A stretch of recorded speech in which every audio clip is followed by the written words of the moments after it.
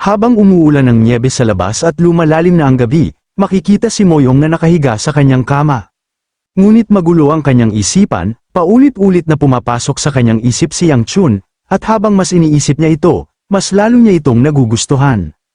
Napagtanto niya na mula sa natural na apoy, sa kanyang chi mula sa martial arts, at maging sa demonic beast, nakatanggap na siya ng iba't ibang uri ng paggagamot, kabilang ang mga teknik tulad ng flame arts, ngunit kahit ganoon, hindi pa rin nawawala ang kanyang sakit. Dahil dito, napaisip siya kung bakit ang init ni Yang Chun ay tila nananatili pa rin sa loob ng kanyang katawan hanggang ngayon.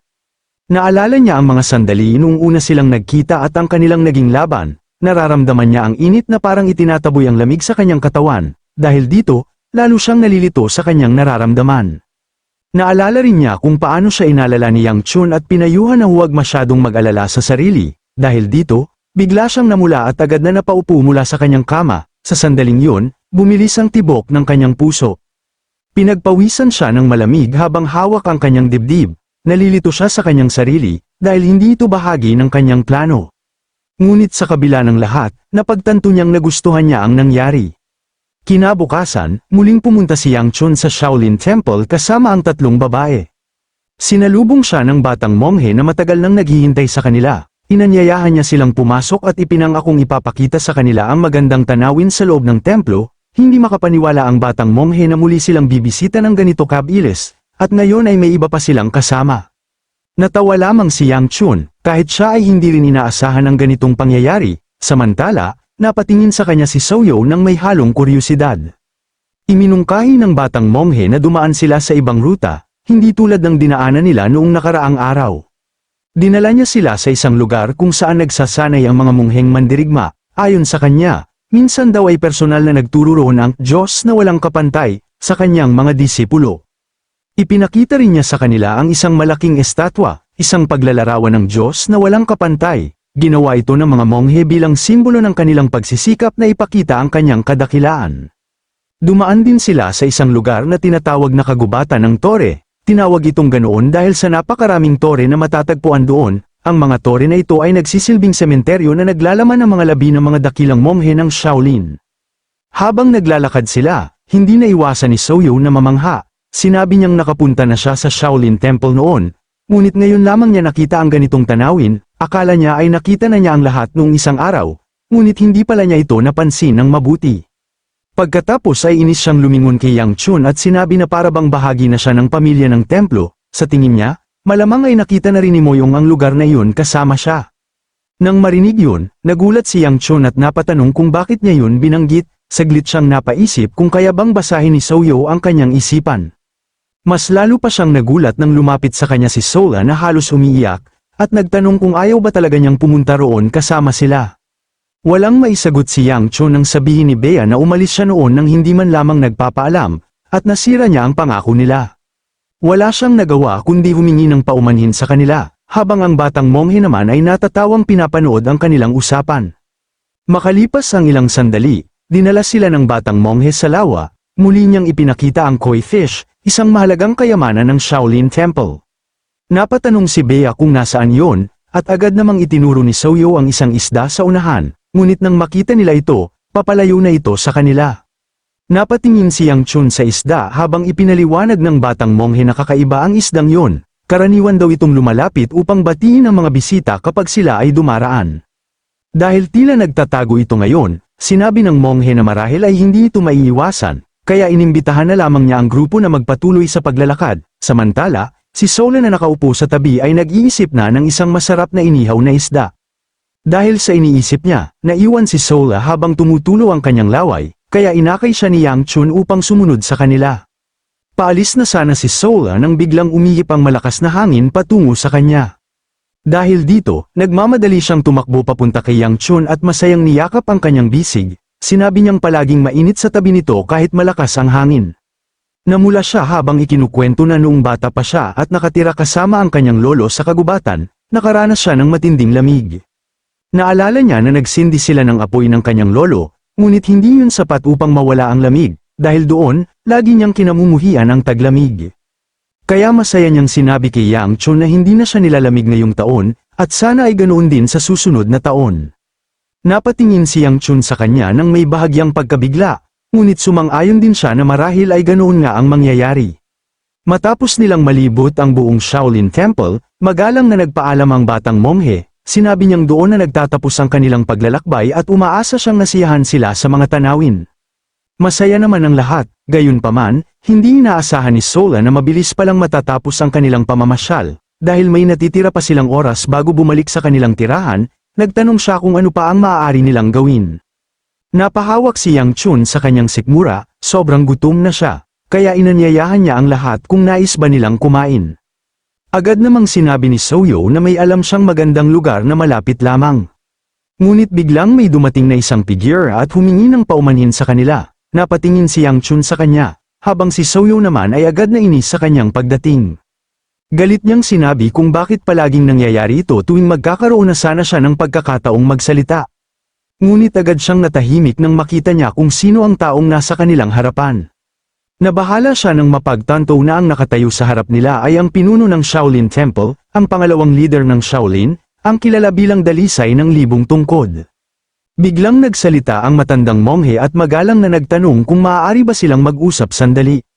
Natarante si Soyo at nautal na humingi ng paumanhin, inamin niyang nagkamali siya sa kanyang asal, ang matandang monghe naman ay humingi rin ng pasensya sa kanyang biglaang paglapit. Pagkatapos ay sinabi niya kay Yang Chun na may mahalaga siyang sasabihin dito. Nagulat si Yang Chun na nais siyang makausap ng pinuno ng Shaolin Temple, samantala, sa kanyang likuran ay pabulong na sinabi ni Sola na ang matandang monghe ay kasing laki raw ni Grandpa Bear, dahilan upang agad siyang patahimikin ni Bea. Sa kanyang isipan, hindi maiwasan ni Yang Chun na magtaka kung bakit nais siyang makita ng pinuno ng sekta. Binanggit din ng matandang monghe na nais din niyang makita si Bea. Nagulat si Bea nang marinig yun, kaya agad siyang tinanong ni Sola kung may nagawa ba siyang mali, pabiro namang sinabi ni Yang Chun na baka papagalitan sila. Samantala, sa kabilang dako, makikita ang isang figure na tahimik na nagbabasa ng isang liham. Tila natutuwa siya sa nababasa tungkol kay Yang Chun, dahil dito, napagtanto niya na talagang desperado na ang matandang Zoro na yun. May ngiti sa kanyang labi nang sabihin niyang marami na siyang natanggap mula sa Go Clan, at kung isa sa alang-alang ang kanilang iisang misyon, sigurado siyang sang-ayon siya sa plano. Pagkatapos ay sinabi niya sa taong nasa kanyang harapan na kailangan itong magtrabaho ng mas mabuti, binati pa niya ito ng good luck, at inutusan na iparating na tinatanggap niya ang mga tuntunin nito. Umismed ang batang lalaki, sinabi niya, siguradong napakasarap marating ang mas mataas na lugar. Habang iniisip ito, nakaupo siya sa kanyang trono habang nagsasalita sa mga taong nasa paligid niya. Bigla niyang naalala ang kanyang mga salitang binitawan noon habang unti-unti siyang naglalaho, sa sandaling makamit niya ang kalayaan, silang lahat, pati ang matandang nakakulong sa ilalim ng lupa, ay mamamatay sa kanyang kamay. Sa sandaling yun, biglang dumating ang isang matandang lalaki at galit na minura ang batang lalaki dahil sa kanyang mga sinabi. Agad naman siyang pinakalma ng pinuno, na tinawag siyang Vice Palace Master. Sinabi nitong palagi man siyang nagsasalita ng ganoon, sa huli ay nagagawa pa rin niyang tapusin ang kanyang mga misyon. Idinagdag pa nito na panahon na rin upang gumawa sila ng kanilang mga hakbang. Ang kanilang target ay ang panganay na anak na babae ng angka ng Go, at ang wakas nilang layunin ay ang lalaking tagapagmana ng angka ng Go. Tumayo ang pinuno sa harap ng kanyang mga tauhan at iniunat ang kanyang kamay. Malakas niyang sinabi na bilang Palace Master ng Dark Knight Palace, mag-iiwan lamang sila ng kaunting hukbo sa likuran, pagkatapos ay tutungo sila sa harapan ng labanan, kung saan naroroon ang unit ng 50 espada. Ang kanilang misyon ay hulihin ng buhay ang panganay na anak na babae ng angka ng Go. Pinaalalahanan niya ang lahat na kahit isa itong uri ng palitan, bahagi lamang ito ng kanilang mas dakilang plano, isang paghahanda upang maabot nila ang kalangitan, at malinaw niyang sinabi na ang pagkabigo ay hindi kukonsintihin. Sumigaw ng malakas ang lahat ng kanyang tauhan bilang tanda ng kanilang pagsang-ayon, at sabay-sabay nilang ipinahayag na susundin nila ang kanyang mga utos. Sa loob ng Shaolin Temple, biglang dumating ang isang monghe at sinabi sa pinuno ng sekta na dinala na niya ang mga taong pinapahanap nito, agad naman silang pinatuloy sa loob. Humarap sa kanila ang pinuno ng Shaolin Temple at binati ang kanilang pagdating, humingi rin siya ng paumanhin dahil sa biglaan niyang pagpapatawag sa kanila. Magalang namang sumagot si Yang Chun na wala itong problema at isang karangalan para sa kanila na tawagin ang mismong pinuno ng sekta. Napatawa ang matandang pinuno at napahawak sa kanyang balbas habang pinupuri si Yang Chun sa pagiging magalang, pagkatapos ay agad niya silang pinaupo. Tiningnan ni Yang Chun ang matanda at napansin niyang ito ang isa sa mga taong may pinakamalaking impluensya sa kasalukuyang mundo ng martial arts, ang kasalukuyang pinuno ng Shaolin Temple na si Qin Yang. Si Qin Yang, na tinatawag na Heavenly Eye, ay nakilala si Yang Chun bilang isang bagong sumisikat na bituin. Agad niya itong binati dahil nabalitaan niyang pareho silang nakakuha ng mataas na marka sa paligsahan. Habang umiinom ng tsaa ang pinuno, binanggit niya ang kanilang mga titulo bilang Sword Dancer at True Dragon. Maingat silang pinagmasdan ng matanda at sinabing tunay na angkop ang mga titulong iyon para sa kanilang dalawa. Kahit na may kaunting dismaya si Yang Chun sa kanyang titulo, nagpasalamat pa rin siya. Sa kanyang isipan, napatawa siya. Maaaring magmukhang isang mahinang matandang lalaki ang pinuno ng Shaolin Temple, ngunit tiyak na hindi ito dapat husgahan batay lamang sa kanyang anyo. Sa bawat henerasyon, ang mga pinuno ng Shaolin ay nakaharap na sa napakaraming sakuna.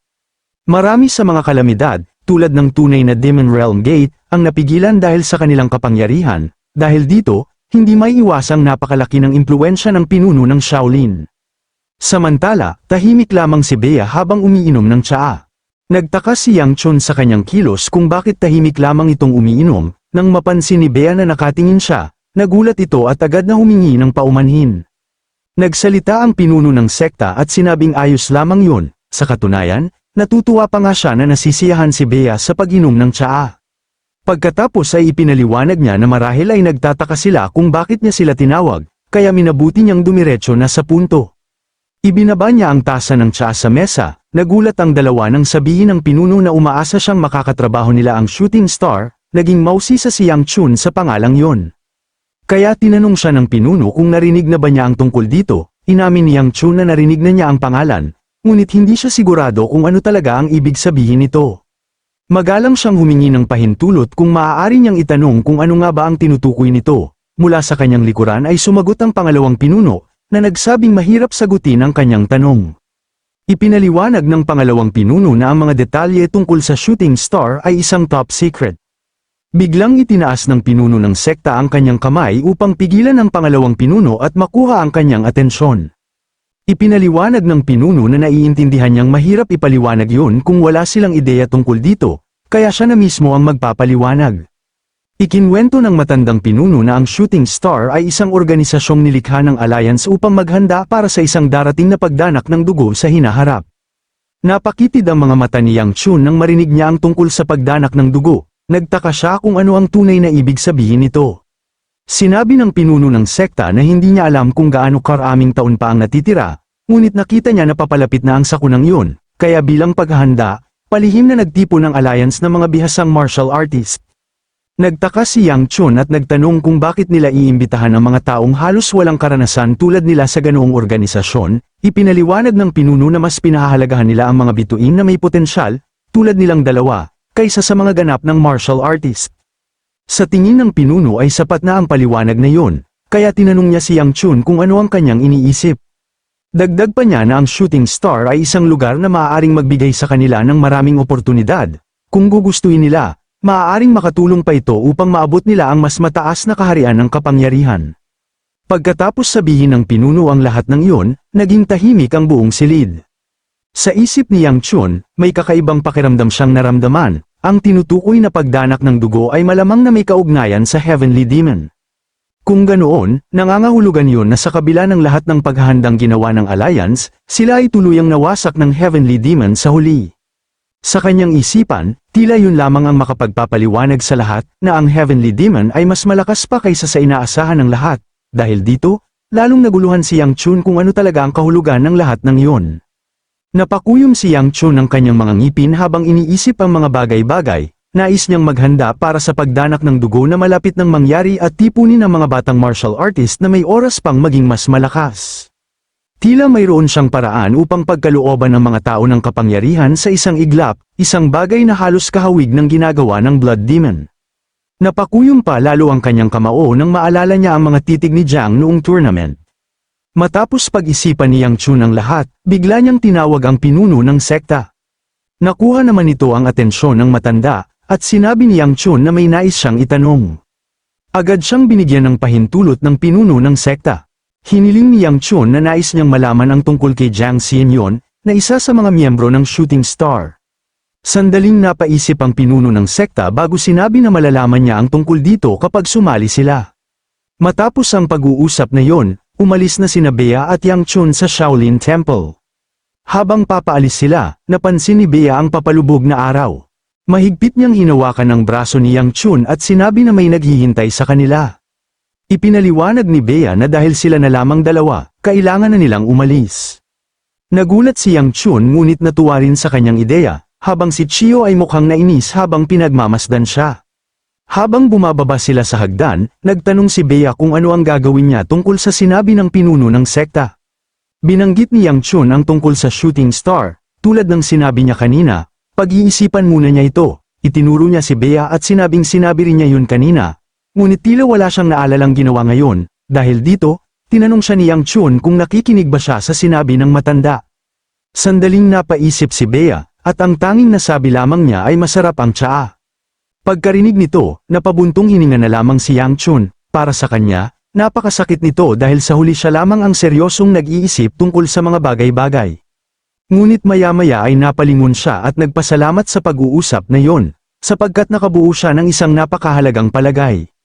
Ang organisasyong naghahanda para sa nalalapit na pagdanak ng dugo, ang pagtitipo ng mga batang martial artist na may natatanging talento, ang kaugnayan ni Jiang Soyang, at ang chi ng Blood Demon, lahat ng ito ay tila magkakaugnay sa iisang lihim na plano. Doon na pagtanto ni Yang Chun na maaaring konektado ang Blood Demon sa Alliance.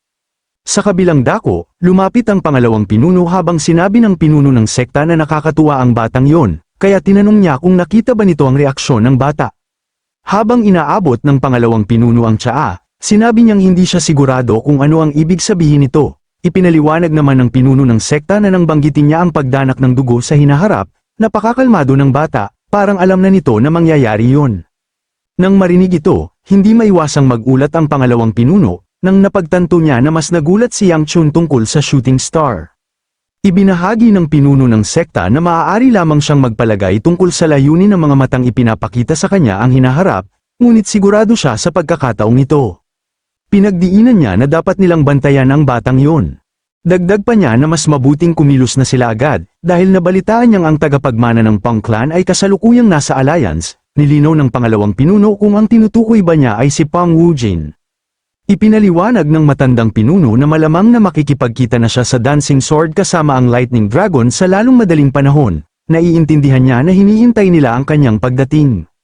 Kaya inutusan niya ang pangalawang pinuno na kumilos na sila agad bago tuluyang lumubog ang araw, inaasahan niyang madadala siya agad sa Alliance.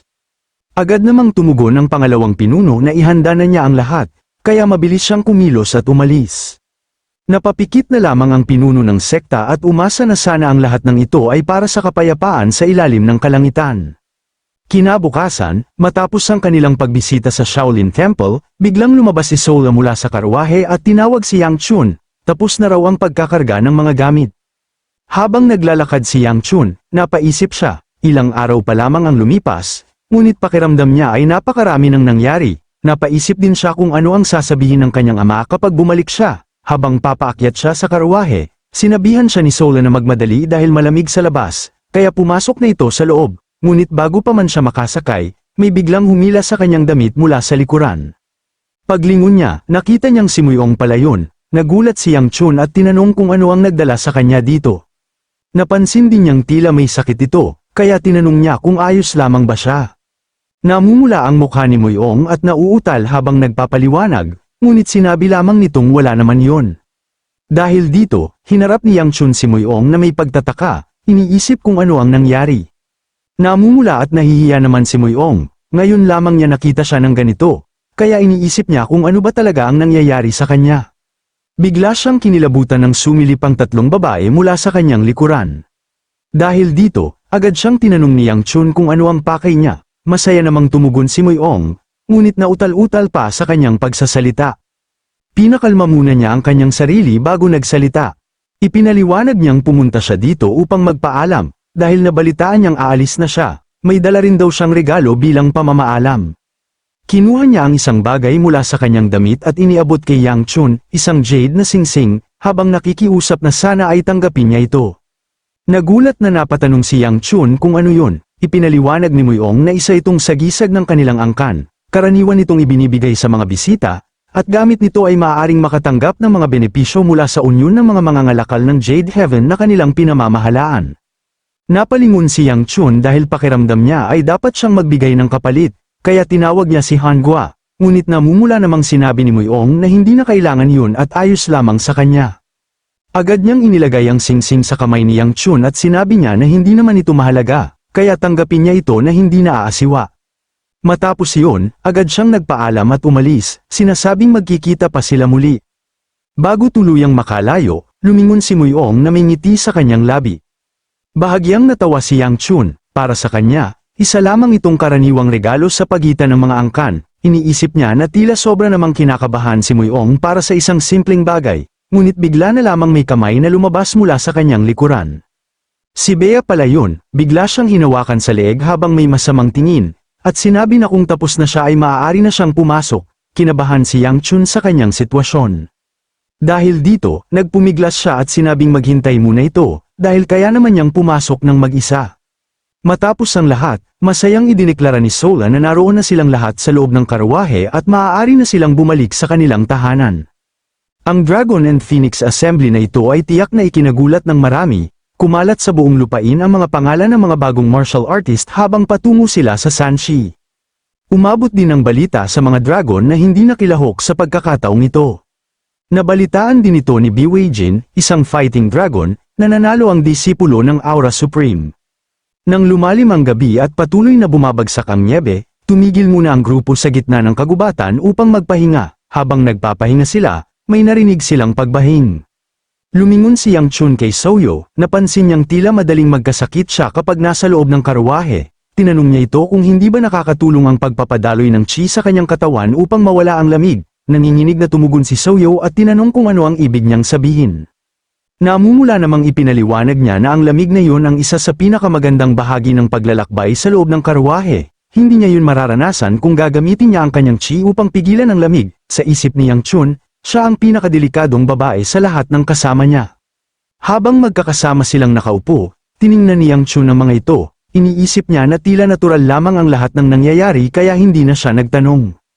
Ngunit nagtaka siya kung bakit kasama sina Soyo at Bea sa pagbalik sa Shanxi. Sa katunayan, maaari pang ang bumalik si Bea sa sarili niyang angkan kasama ang kanyang kapatid. Bigla namang nagsalita si Cheo, nag-aalala raw siya dahil hindi nila kasama si Muiong ngayon. Tiningnan siya ni Yang Chun na may pagtataka at tinanong kung ano ang ibig niyang sabihin, at kung bakit naman nila isasama si Muiong sa Shanxi.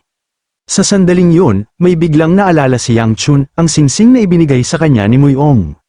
Muntik na niya itong makalimutan, kaya nagpasalamat siya kay Cheo dahil pinaalala nito, ngunit nainis si Cheo, dahil napakadali lamang para kay Yang Chun na mawala ang isang regalo, sinabi niyang dapat itong ilagay sa kanyang bag upang hindi mawala. Agad naman itong kinuha ni Yang Chun at binuksan ang bag upang tingnan ang nasa loob. Sandaling nanlaki ang kanyang mga mata nang makita niya ang singsing na tinanggap niya mula sa pangalawang nakatatanda na si Ryan. Nakalimutan niyang ibalik ito sa pinuno ng Alliance. Napansin naman ni Cheo na kakaiba ang kulay ng singsing. Napaisip siya at sinabi na malamang may ginawa si Chiliang dito noong pumunta sila sa Shaolin Temple. Nararamdaman niya ang chi nito mula sa singsing. Tinanong naman ni Yang Chun kung yun ba ay ang incomplete deity chi.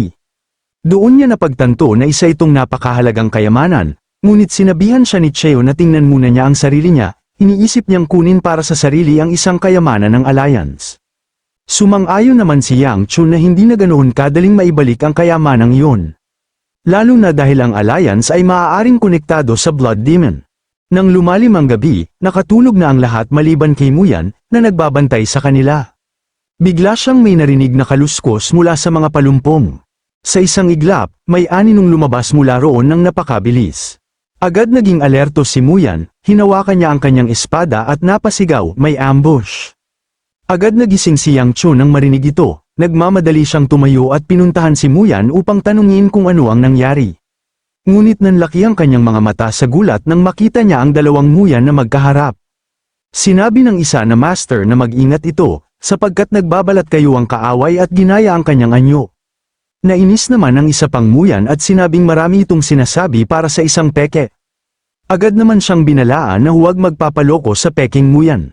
Napaisip si Yang Chun, nararamdaman niya ang presensya ni Muyan mula sa kanilang dalawa. Tila pareho silang may kakayahang magbalat kayo ng perpekto.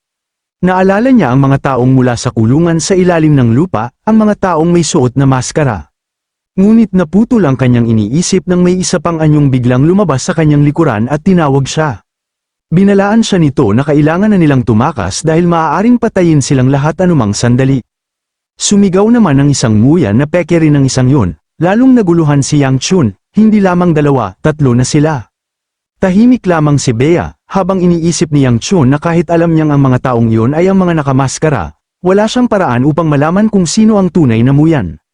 Hindi niya alam kung ano ang dapat gawin, ngunit sa sandaling yun, napatingin siya sa kanyang tagiliran nang may biglang umilo sa loob ng kanyang bag. Biglang sumigaw ang isang nguyan na kailangan niyang tumakbo habang pipigilan nito ang mga kaaway. Sa isang iglap, kumilos si Yang Chun, sa napakabilis na galaw, sinuntok niya ang isa sa mga nguyan, tumama ang kanyang kamao sa ulo nito, at sa lakas ng tama ay sumabog ang ulo nito. Nagulantang ang 2 pang nguyan sa kanilang nakita. Ngunit bago pa makapag-react ang isa, sinugod na ito ni Yang Chun sa pambihirang bilis. Tumama ang kanyang suntok, at bumagsak ito sa lupa, wasak ang ulo, ang natira na lamang ay ang tunay na nguyan. Habang nakaluhod si Yang Chun sa ibabaw ng bangkay ng kalaban, nabahala si Nguyan sa kanyang kalagayan. Napilitan siyang natawa dahil alam niyang nakilala siya ng kanyang master. Pagkatapos ng lahat, napaisip si Yang Chun sa nangyari at namangha siya. Ang singsing sa kanyang bag ang nagbigay sa kanya ng kakayahang makita ang tunay na pagkakakilanlan ng mga kalaban. Hindi niya inaasahang may ganitong kakayahan ang singsing, hindi ito simpleng pangyayari.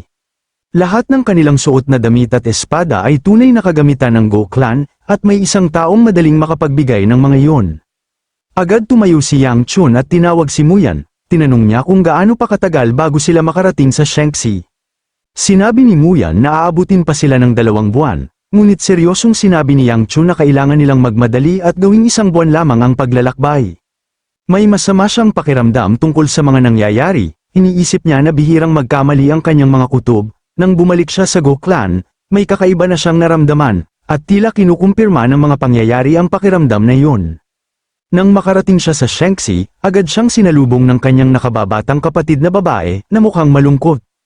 Nagtaka si Yang Chun kung bakit siya naroon, dahil akala niya ay babalik ito sa Sword Queen. Malungkot na sinabi ng kanyang kapatid na nasa malaking gulo sila. Umiiyak itong nagsabi na maaaring hindi na magtagal ang Second Elder. Nang marinig ni Yang Chun ang balita, siya ay nagimbal. Ipinakita sa kanya ang kalunos-lunos na kalagayan ng Second Elder, ang buong katawan nito ay puno ng mga sugat.